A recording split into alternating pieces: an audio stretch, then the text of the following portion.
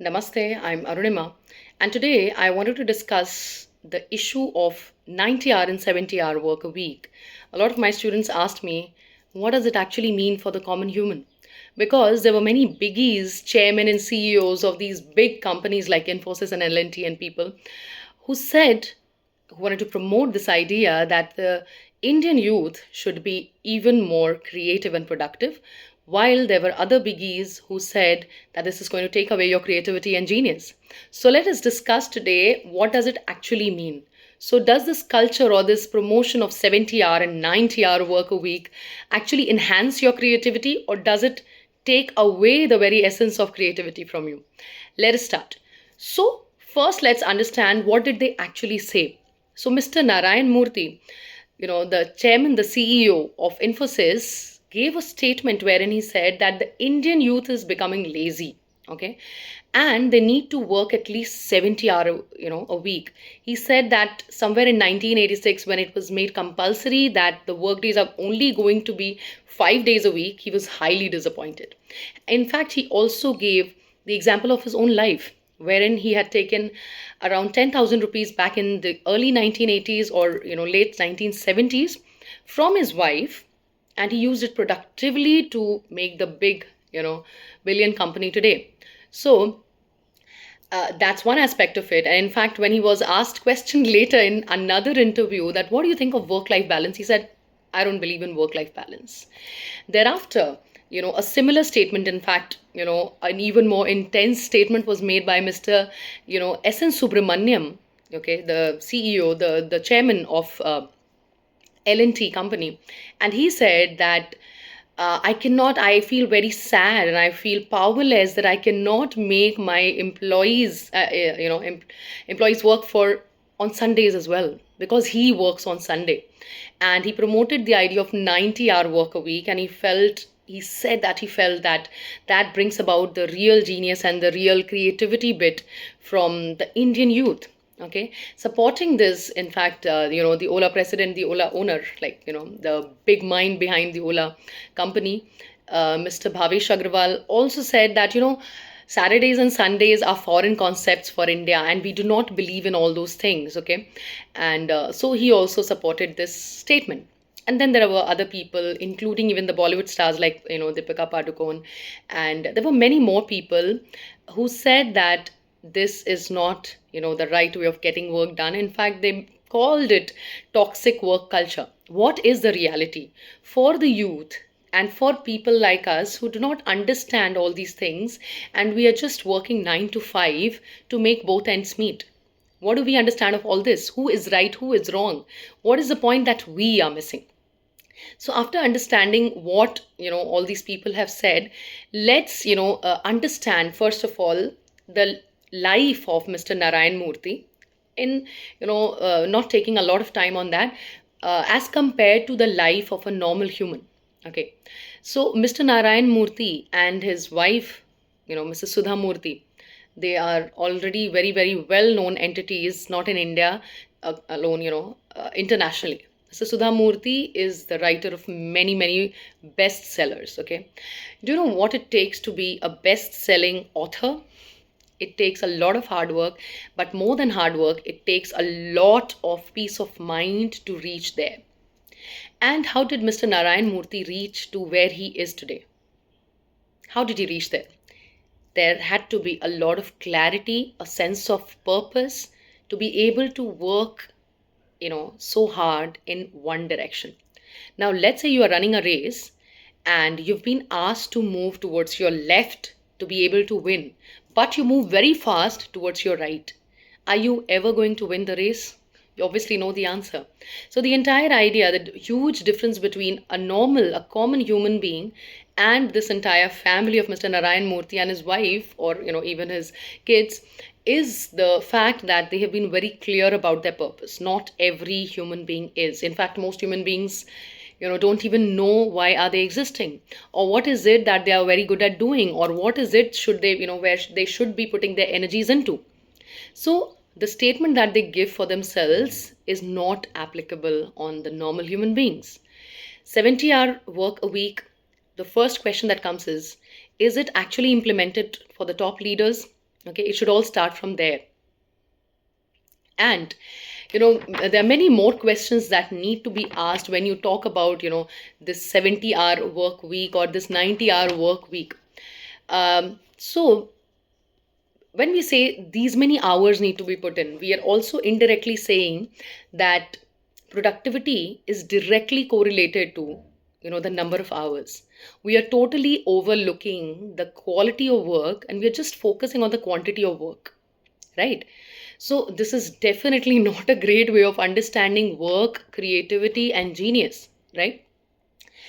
When Mr. Narayan Murthy said that the Indian youths, for the sake of building the nation, they should not be so lazy and things like that, he tried to make this emotional statement. He included the emotional quotient for the Indian youth.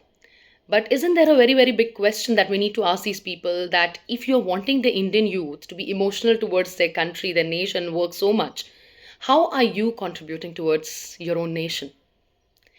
The very question, some people may not understand this point that I'm putting up right now, but because laws are not very well implemented in India, it is a law to give the employee, extra money or extra wage for the extra labor they do. They say that the Indian youth, all these people, they're talking about 70-hour work a week, 90-hour work a week. Are you paying them for the extra time? Right? Because the extra time begins after 45 or 48 hours, right? Another question that arises here is, if you have so much work in your company, let's say you have 90-hour work for one individual, why don't you split it into two individuals? You can double up the workforce and give them the money accordingly.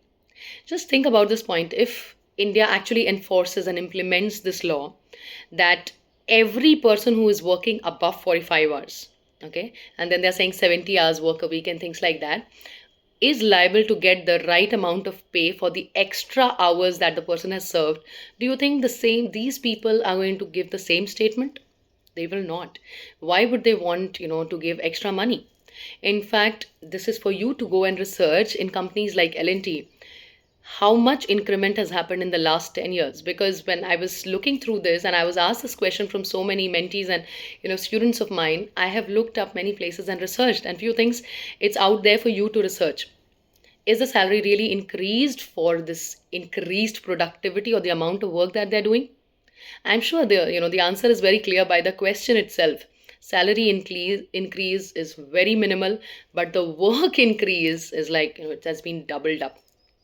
And then there are individuals like Mr. S.N. Subramaniam who's saying that I feel sad I cannot get you to work for 10 hours, like, sorry, for, Sundays as well. In fact, he also made a statement like, how much will you look at your wife? So clearly, if you look at their life, we understand that Mr. Narayan Murthy worked in and day out, and Mrs. Sudha Murthy says clearly to be a wife of one such individual is not easy because you have to take charge of everything else. Do you have that kind of a supportive wife? Or do you have a wife who doesn't have a dream of her own? Or are you a person who doesn't have a dream of your own? Are you a man or a woman who does not enjoy or doesn't care for the family life? And even before family life, are you a person who does not care for your own mental calmness, for your own time, for your own, what do you say, meditational time, or your own entertainment, or your own creativity? Are you a person like that? If you are or have become a person like that, you must question, because this 90-hour or 70-hour work a week is actually making you into a robot, right? So this extra, work is not paid. Very clearly understood that this is just a statement which has been made, and this is just another form of, what the Britishers did to the Indians. So Lord Macaulay had written this letter to the Queen about the education system of India. He said that, oh, we don't need to work so much for the Indians. What we need to do is we just need to teach them English so that they can take our orders and work as we want them. And that thing has still remained, even though we are trying to fight back so much through the national education policies. We've tried to overcome it, yet the risk taking aspect is not there, not present in the Indian education system.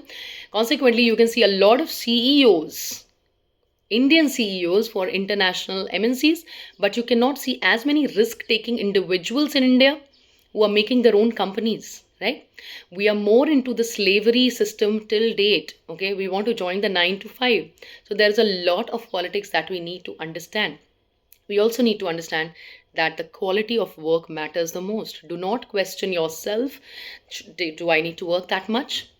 If the work that you're doing is qualitatively, you know, good, qualitatively better than, what another person could do. Okay, and we all know about those people who are staying in for late hours and not doing enough work, and we know people who stay in for, the required amount of hours, and they do the work more efficiently than the work, that has been done over a period of time with so many frequent breaks, right? And a lot of things have been being actually, I'd be very clear in saying sacrifice so called to bring about this number of hours quotient into the work culture. In fact, I would really want you to know that 62% of Indians, according to a certain research, international research, 62% of Indian employees have already experienced burnout. And you know what is the burnout rate internationally? It's only 20%. So the entire idea of saying that Indian youth is becoming lazy, or Indian youth is not active enough, or Indian youth is not productive enough, we need to understand that this is a false statement, and this is a very smart way of getting people to do your work. So if you are, first of all, are you doing 90 hour a week? That's the first question. The second question is, you doing a 90 hour a week earns you 50 crore rupees. Are your workers getting that kind of an amount? No, they're not. Are you even giving them promotions and increments? No, you're not.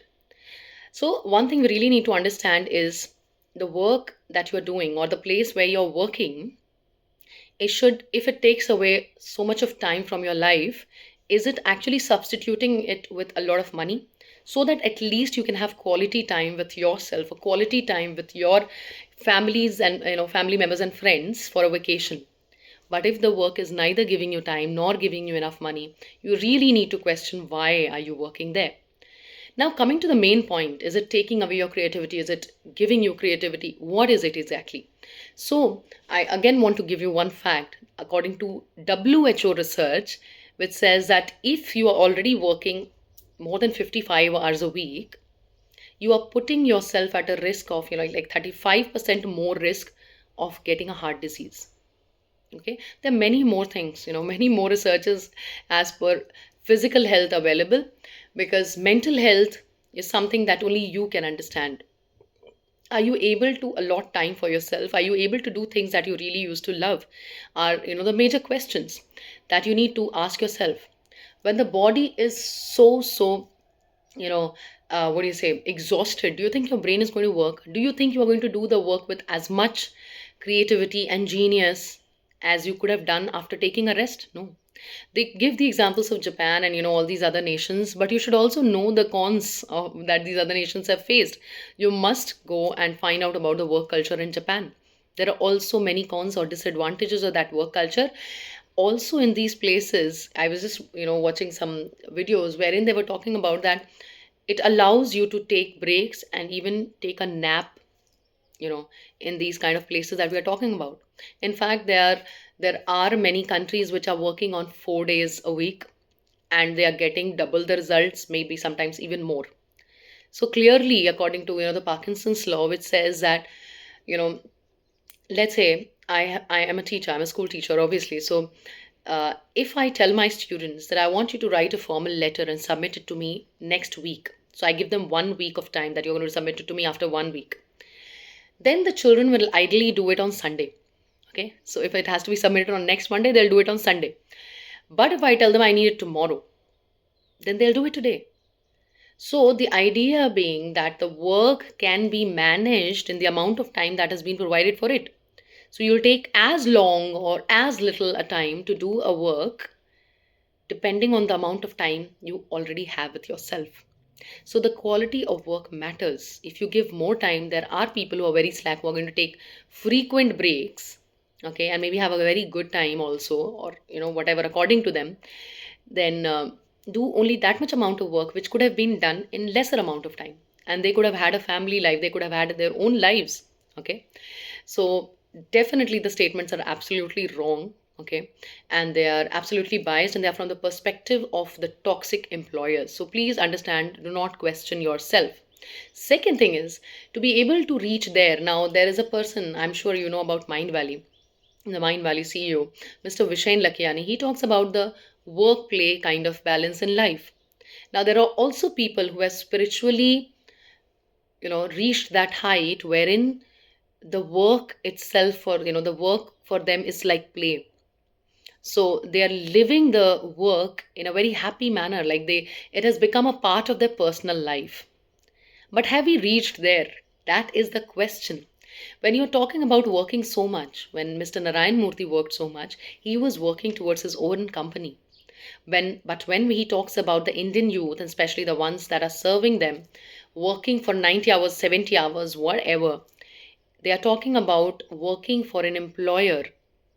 I wouldn't call it mindless working, but definitely there is less meaning in working for another person. You are always making money. Are you making it for yourself or are you making it for the company? Because the company definitely is getting a lot out of these employees. Is it paying them back enough is the main question, right?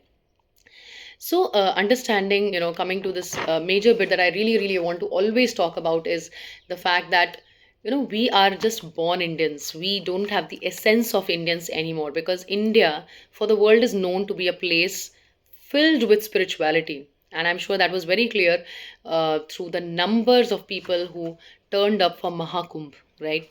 So it was to a level it was unmanageable as well. But then are we actually living that reality? Are we living that spirituality ourselves? No, we are not. We don't understand that there has to be a work life balance and there has to be this 3 into 8 hours. 1 8 hours you do the work for a living. The other 8 hours you sleep, and the third 8 hour you live with yourself and with your family, wherein you allow that gap to take over. Genius is developed in the gap. Yes, genius is developed in the gap. And here I come to the meditational aspect of it, the spiritual aspect of it, the efficiency aspect of it. Okay. So even though you'll come to know that Elon Musk was working for 100 hours a week or whatever, he started working for 100 hours a week after understanding his life purpose. Have you understood your life purpose? Or is your life purpose just to earn enough money and have two, three houses and have two, three cars? That cannot be the purpose. Okay, money is a great, great supporter of living a comfortable life, but it cannot be the purpose of your life. The purpose of your life is to discover yourself, have self knowledge, understand what are those things within you which can serve the world better. Have you understood that? If you have not, then you have not understood your life purpose, right? So these people have understood their life purpose, that they are supposed to be bringing about abundance in their life this way. Consequently, they started working like that at that point of time, and now they have, a better work schedule. They can take breaks for themselves, right? So, what I want you to understand again at the same time, and I would really give you the example of Mr. Einstein. Yes. When Albert Einstein used to be thinking over, some problem or something, he would first think of the problem completely. And in the same place, like his workplace, what he would do was he had a sofa, okay, and he had the small ball which was connected to a thread, and he would sleep there, kind of, lie down there, close his eyes, and he would put this ball. There was a table right opposite his sofa, and it would keep making the sound tuck, tuck, tuck, tuck, tuck, tuck. Now, what was the sound? This tuck, tuck, tuck, tuck sound can still be found on YouTube, not Einstein's, obviously, known as alpha sound or alpha waves. Okay, so this would take him into the alpha state wherein you would get the response, the answer. You must understand all the scientists, all the writers, these people, they have created art pieces or scientific inventions and scientific discoveries when they were at a calm. Like Archimedes, okay, who said eureka when he was going to take a bath because his mind was completely quiet. How would you get that kind of a mind? Can you get that kind of a mind after working 90 hours a week? You will not. You will just earn enough to be able to support the diseases that you're going to attract thereafter. The number of things that is going to happen to your body and your mind thereafter. Maybe your child studies in a good school, maybe you have two, three houses, maybe you have a lot of cars, but are you really happy deep inside? Ask that question. So Einstein did that, and we really, really need. So out of the four brainwave frequencies, which is beta when we are very alert and we are doing our work, next step is alpha, wherein that is the creativity bit. You're singing, you are in nature, or you are listening to the alpha beats, and there you get a lot of answers. After that comes theta, which is the meditational state. And then comes delta, which is still a very, very big question, which we call generally the sleep state. But a lot of mental, physical, all kinds of healing happens in the delta state. We need the brain to undergo all these kind of states, and that's possible when you sleep for 8 hours at least. Okay, so we need to understand that the statement is not correct. You don't need to work for 70 hours or 90 hours. You must make a plan for the future. But if you are already working these many hours, have you made a plan for the future, or are you just depending on the promotions that are going to be given? Right?